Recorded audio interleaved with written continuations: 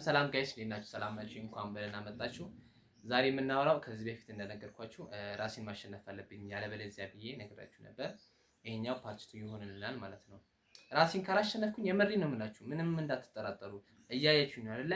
በቃ ደሃ ሆኜ ነው የምቀረው እንደዚሁ እንዳለሁኝ ማለት ነው። እና ዛሬ የምነግራችሁ ትንሽ ሰፋ አድርገን ከባለፈው እናወራለን። የመጀመሪያው ራስን ማሸነፍ ካሉብኝ ነገራቶች ውስጥ ኃጢአትን ትንሽ ነው ትልቅ ነው ብሎ አለመናቅ እና አላህን መፍራት የመጀመሪያው ሁሌ የሚፈታተኝ ነገር ቢኖር እሱ ነው።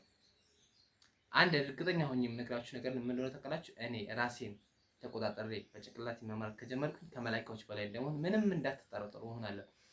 ያለበለዚያ ደግሞ ስሜትን ተከትዬ ከእንስሳቶች በታች እንደመሆን ይሄ ግልጽ የሆነ ነገር ነው።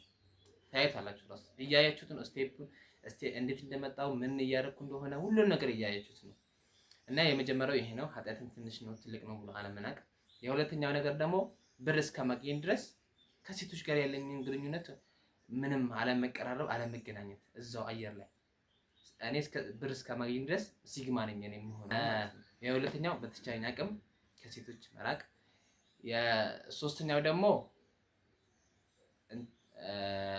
አንድን ነገር ወደ ነገ መውሰድ ወይ በመሳነፍ ይሆናል ወይ ደግሞ ምግብ በጣም ከበላው የምሬ ነው አንድን ነገር መቀጠል ይከብደኛል። ወይ እጽፋለሁ ያልኩት ነገር አለመጻፍ፣ ወይ እሰራለሁ ብዬ ያሰብኩት ነገር አለመስራት፣ እሱ ወደ ነገ ያሸጋግርብኛል ማለት ነው።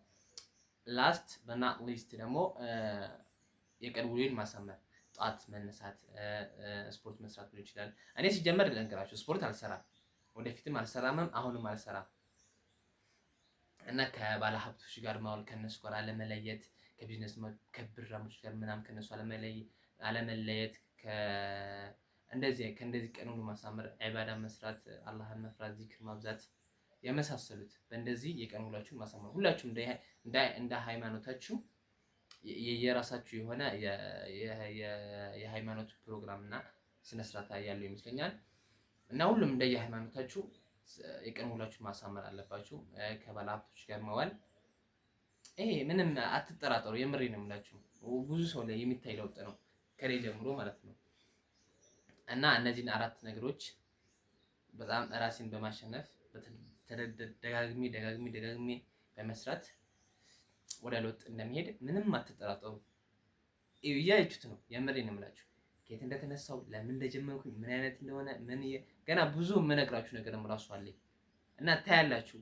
እንደዚህ ራሴን አሸነፍ ከሄድኩኝ አትጠራጠሩ እሆናለሁ።